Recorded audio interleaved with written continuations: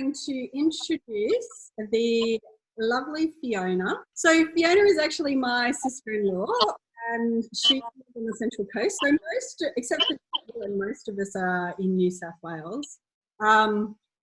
And Fiona has been making these bracelets for a while. She's already taught the girls how to make some when they go and stay with their auntie. So I'm going to hand over to Fiona for today's class. Thanks very much, Kim, and thank you for having me on this morning. I'm super excited to meet lots of new people this morning, actually, and see some faces in ISO. It's nice to see some new faces. And of course, I love making beads. So making beads with some new friends, this will be fun. So yeah, I live on the Central Coast of New South Wales. I've always enjoyed a bit of beading. And of course, I love my oils. So what can be better than combining the two and creating some beautiful custom diffuser bracelets? So before we start, I'll do a little bit of a kind of an intro, but just to give you some time to get organized if you need it. If you can find the finished, like the photo of the finished bracelet that you ordered, if you ordered one, that could be helpful to have up as a reference for you as we go. And also if you are making beads with, say, children who, you know, might not necessarily have made bracelets before, maybe kids, say, under the age of 10, you might want to just grab some sticky tape as well. It can make beading onto the elastic a little bit easier and stop them from falling off.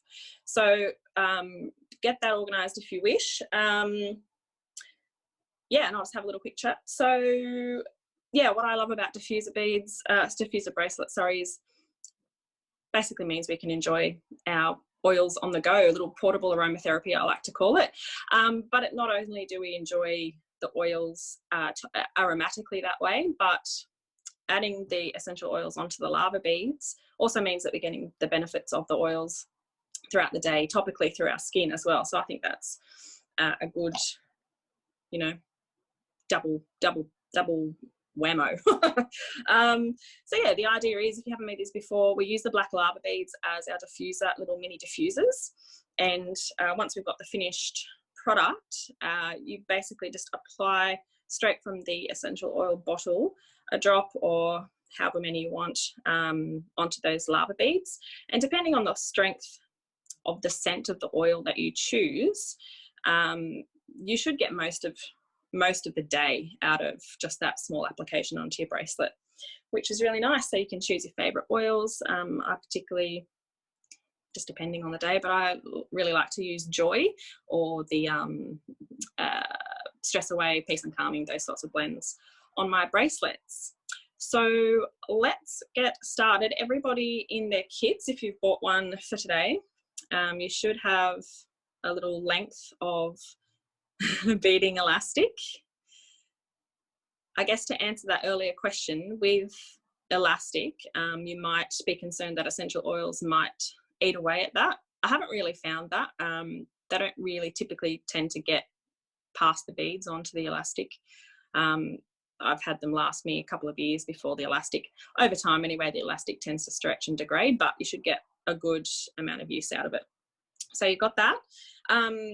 If you wish, with your one end of your elastic, you might want to grab your sticky tape and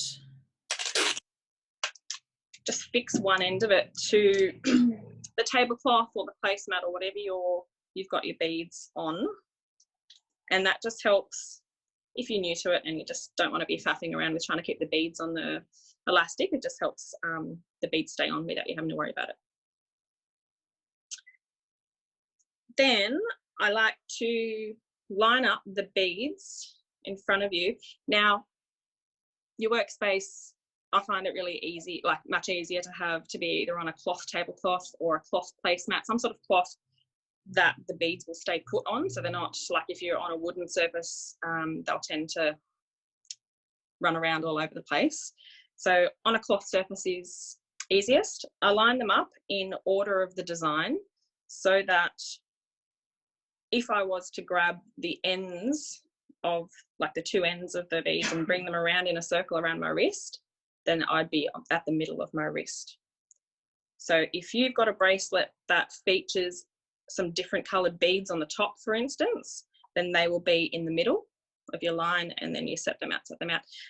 Doesn't have to be in the design of your kit. Set them out in a design that pleases you, pleases your eye. And then once you've got them all lined up, basically start at one end and pop them all on to your beading wire. Beading wire. You've got me saying wire now. Beading elastic.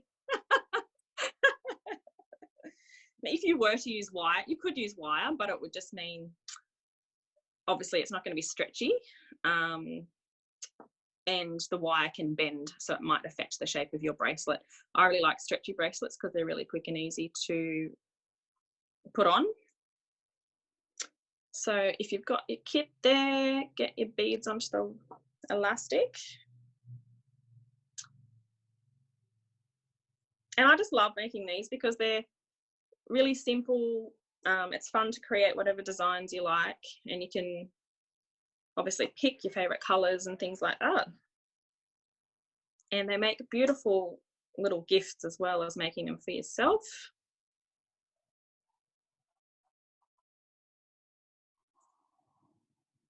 Functional jewelry. Portable aromatherapy, I love it. And Fiona, does it really matter what size beads you use, like the 10 mil or the smaller ones? No, not really. It would just obviously mean the smaller the beads, the more of them you'll need to fit around your wrist. For today, I'm using 10 mil beads. I know some of the kits have 8 mil beads in there, so you'll probably have more beads.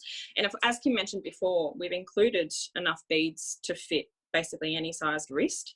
So you may not need to use all of them. So just see how you go, like get them all on your elastic, and then pick up, I'll show you in a second, but we'll basically kind of do a dummy wrap around our wrist and see if it's too big or if we need more or if it's the right size.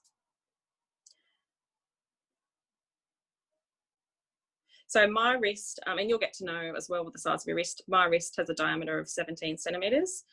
1, 2, 3, 4, 5, 6, 7, 8, 9, 10, 11, 12. Yeah, so I typically need between 18 and 19 beads for a nice, I like my bracelets to fit quite firmly. I don't like them kind of moving around too much on my arm, but other people are different. If you want to make them bigger so that they're looser, then of course that's up to you as well. So how's everyone going with their beading?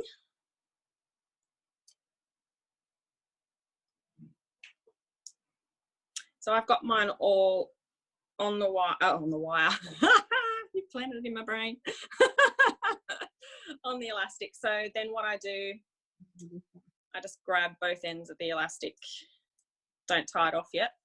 Put it around my wrist and say, oh, am I happy with that? And then you can adjust. Remove some beads if you think it's too big, or put more on. Okay, now some of you will have, yes, Janet's got a question. Kim, can you unmute Janet? It's only me, it's Susie, but I'm Janet. Oh, sorry, I'm looking at Janet Newton's iPad. If you have, does it have to be centered, or when you tie it off, will it sort of not matter? Because mine's too big, so do I have to pull it all off and start from the beginning and have less lava ones at the other end? Or well, can you hold yours up to the camera a little bit? I just pulled it was too long, so I pulled some off the other end. Yeah, it's up to you.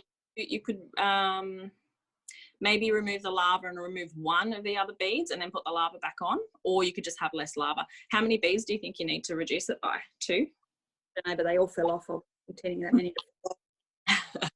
So yeah, if you need to adjust the length and remove them, you can either remove beads from your feature that's in the, or you can just have less lava, you know, in around the inside of your. Yeah. And so in the background. But the other thing, Susie, I mean, where you tie them doesn't really matter. Like, it doesn't have to make it in the middle. But if you're putting the charm, let's just say that. Yeah, then where you feel that sort of looks So aesthetically. you can't really see where the knot is. It doesn't matter if I don't have an even number on each. That was what I was meaning. No, only if it bothers you. You won't be able to see it once you tie the knot, will you? No, you won't. No. Some people are just really kind of, it bothers them if things aren't, 100 Pedantic. things like that. Pedantic. Yeah. I mean, I personally like to have the knot in the middle, so it's on the side, but you don't really see it. And yeah, as Kim said, if you've got a kit or you're using a design that's got a charm on it, again, you can position that anywhere on the bracelet that you like. You might want to put it somewhere on the top, or I quite like having it where you tie the knot. So what I is put the charm, say, as my last bead, and then I'll tie it off. Okay. I think I'm happy with that. All right. So, and then to tie it off, super simple. It's basically a knot, like a granny knot.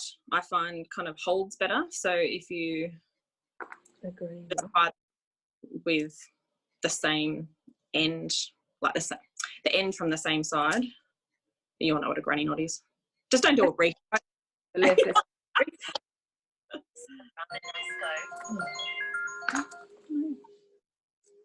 And then when you're tying the knot, you need to pull this elastic quite firmly. Don't reef it because it could snap, but fairly firmly so that that knot is tightening and becoming as small as possible. And then, Kim, did you want to say something? I was just going to ask, you said don't do a reef knot. Is that reef knot not right? Sorry, is that not what?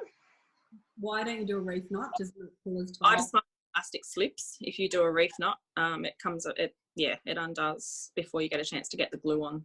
So you might find sometimes the elastic just doesn't want to play ball, and you might have to retie the knot a couple of times, because ideally what you'll do once you've got the knot tied is in one hand, or if you've got a little buddy that's someone else, another pair of hands to help, that can be a bit easier too. I basically use my fingers to hold, that's come undone, to hold the bead on either side of that knot slightly apart so that it's not touching your knot. And then I grab the super glue or any really strong clear adhesive that you've got, and then just do a tiny, tiny dot on the top of your knot, on the underside of your knot. And then I just sit there with my fingers holding the beads off that knot for about 60 seconds. And then you can let it go and put it down.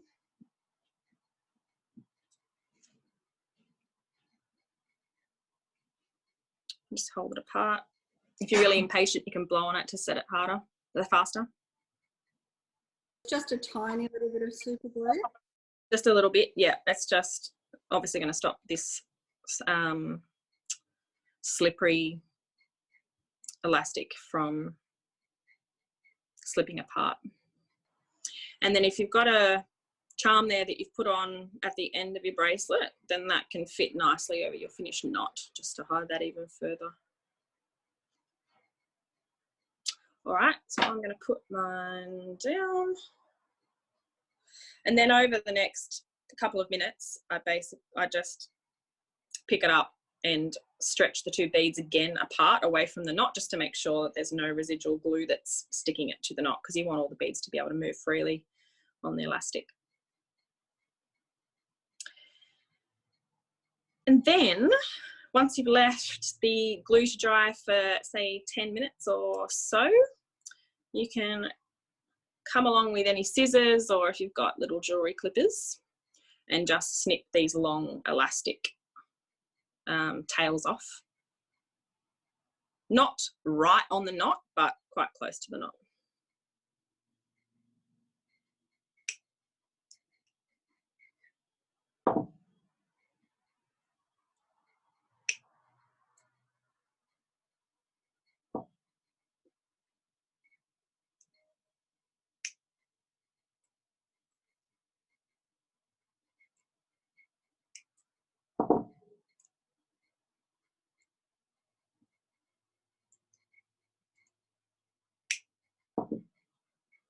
voila. How's everyone going with theirs? So yeah, so Kim's got a really good resource now on her website, some beautiful kits, as you will have seen there, to get beads ready-made. Beads, get the kit ready-made and sent to you, so that's awesome. But yeah, you can make them with any type of bead, really. So the way that my design has gone with this one, I've spaced out my lava beads just for something a little bit different. I've got 4 lava beads on here, so I'll just be applying the essential oil to each of those lava beads, and we're away. And they're really cool. You can layer them and they look really pretty, I think. So thanks everyone. Enjoy bracelets.